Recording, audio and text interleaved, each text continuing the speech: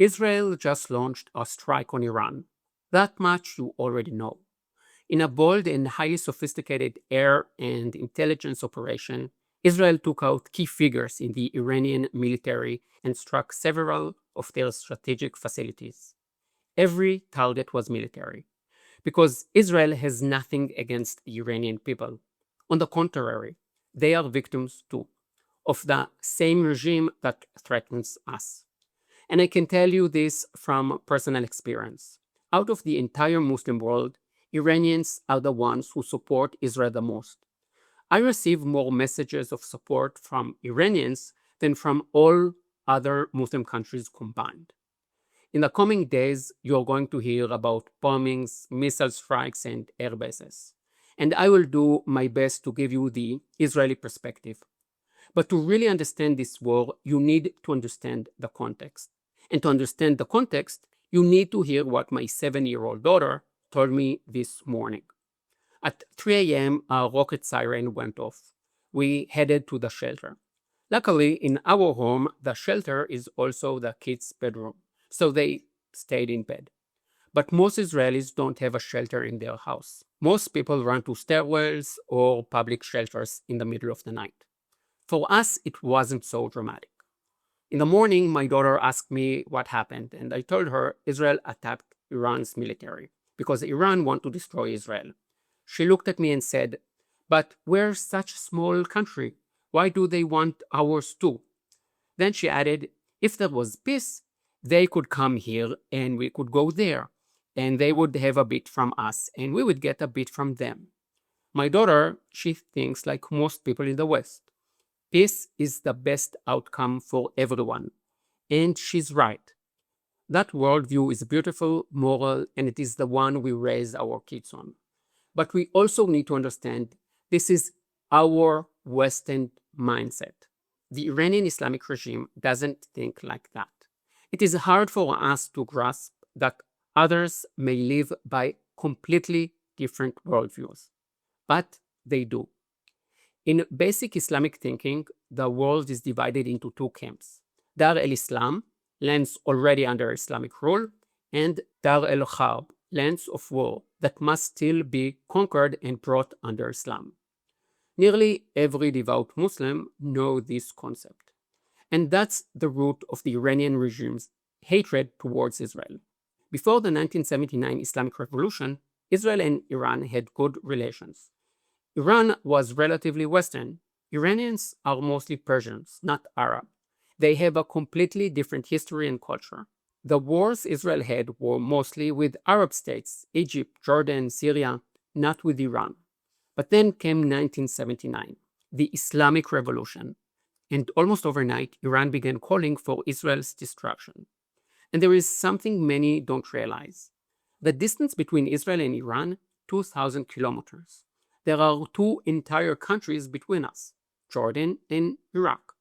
Iran is 80 times larger than Israel. And before the revolution, Israel had never attacked or fought Iran.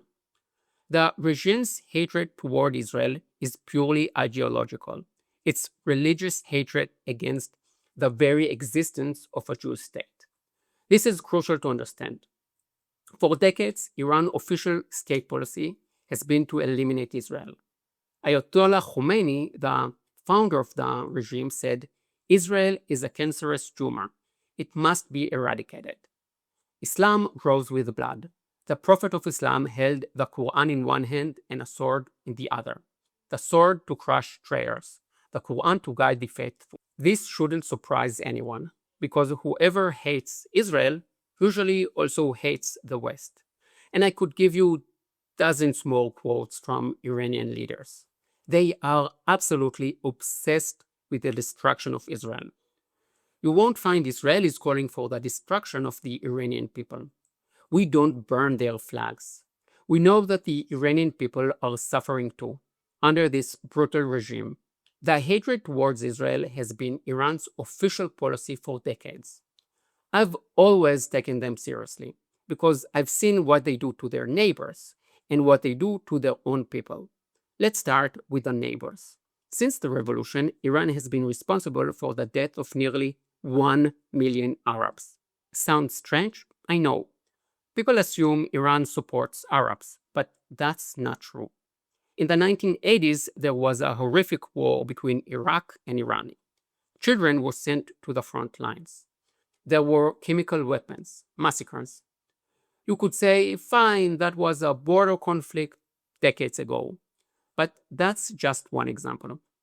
Iran is a Shiite Muslim country. Most Arabs are Sunni, and Iran uses militants and proxies like Hezbollah and others to expand Shiite control. In Iraq, tens of thousands were killed by militants supported by Iran. And the same is true in Yemen. Yemen is the biggest humanitarian disaster in the Middle East today.